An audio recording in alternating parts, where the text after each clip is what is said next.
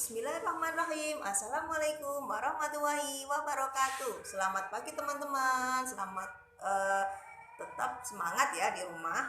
Meskipun pandemi ini belum berakhir, tidak masalah ya. Ketemu lagi dengan Bu Guru di hari Senin ini, meskipun hanya lewat udara saja, lewat telekomunikasi aja, nggak masalah ya teman-teman.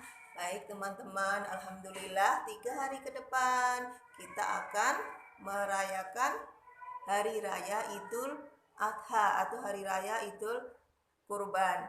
Nah, sengaja Bu Guru selama seminggu ini atau sepekan ini kita akan belajar tentang peringatan Hari Raya Islam, yaitu salah satunya adalah Hari Raya Idul Adha ya. Spesial untuk hari ini teman-teman, kita nonton bareng bersama ya di HP-nya masing-masing karena kita masih daring ya sayang ya. Kita saksikan bersama film animasi kisah Nabi Ibrahim dan Nabi Ismail, yang mana di film ini kita jadi tahu sejarah dari adanya Hari Raya Idul Adha. Baik teman-teman, selamat menyaksikan. Wassalamualaikum warahmatullahi wabarakatuh.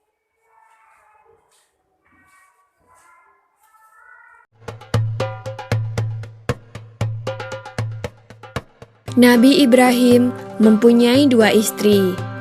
Istri pertama bernama Sarah dan istri kedua bernama Hajar. Sarah melahirkan seorang anak laki-laki yang dinamakan Ishak, dan Hajar melahirkan anak laki-laki juga yang bernama Ismail. Sarah merasa kurang senang hidup bersama Hajar. Berkali-kali ia meminta kepada suaminya agar Hajar dan anaknya dipindahkan ke tempat lain. Akan tetapi, Nabi Ibrahim tidak segera menurutinya. Barulah setelah menerima perintah dari Allah, Nabi Ibrahim mengajak Hajar dan Ismail pindah ke Mekah. Ismail yang masih menyusu pada waktu itu terpaksa harus mengikuti kedua orang tuanya menempuh perjalanan yang begitu jauh dan melelahkan. Hajar dan Ismail ditempatkan di daerah padang pasir yang tandus, sunyi, dan terik matahari yang menyengat kulit. Tak ada seorang pun di sana kecuali mereka berdua.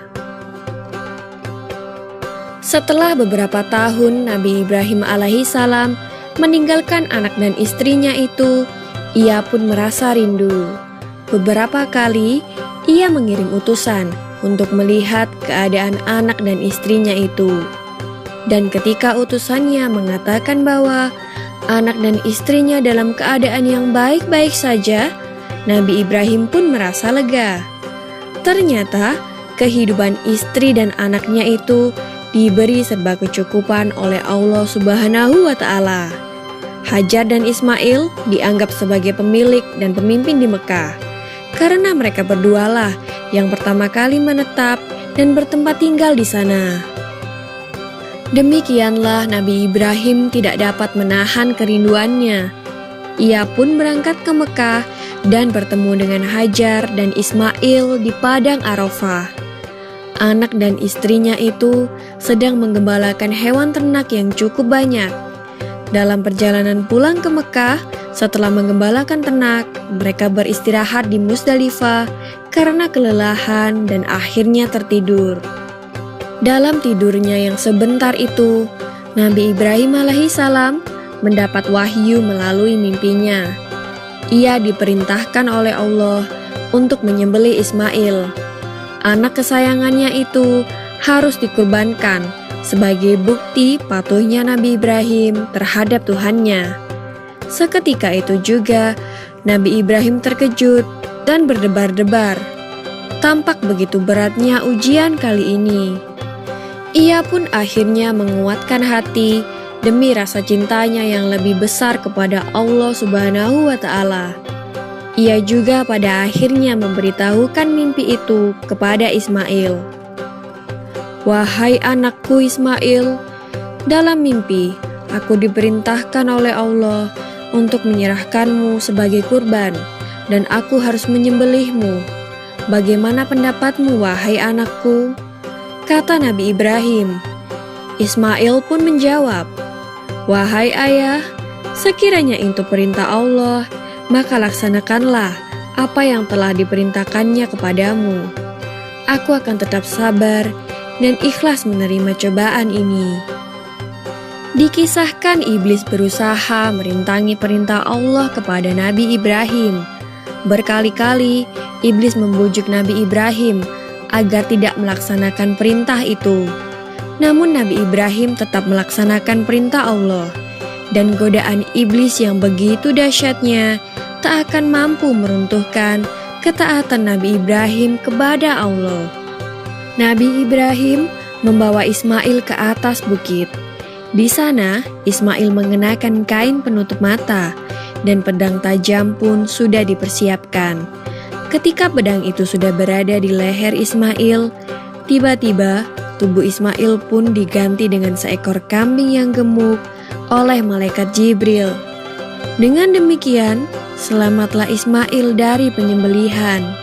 Allah Subhanahu wa Ta'ala berfirman kepada Nabi Ibrahim, "Hai Ibrahim, kau sudah melaksanakan perintahku dengan ikhlas. Sebagai gantinya, aku berikan binatang ternak untuk disembelih. Ini adalah cobaan besar bagimu." Peristiwa itu terjadi pada tanggal 10 Dzulhijjah di Mina, dan sampai sekarang dirayakan seluruh umat muslim sebagai hari raya Idul Adha. Dan umat Islam yang melaksanakan ibadah haji juga dapat melakukan kurban di Mina sebagai penghormatan atas Nabi Ibrahim alaihissalam. Demikian kisah Nabi Ibrahim alaihissalam. Semoga kisah ini dapat mempertebal iman kita kepada Allah Subhanahu wa Ta'ala. Amin ya Rabbal Alamin.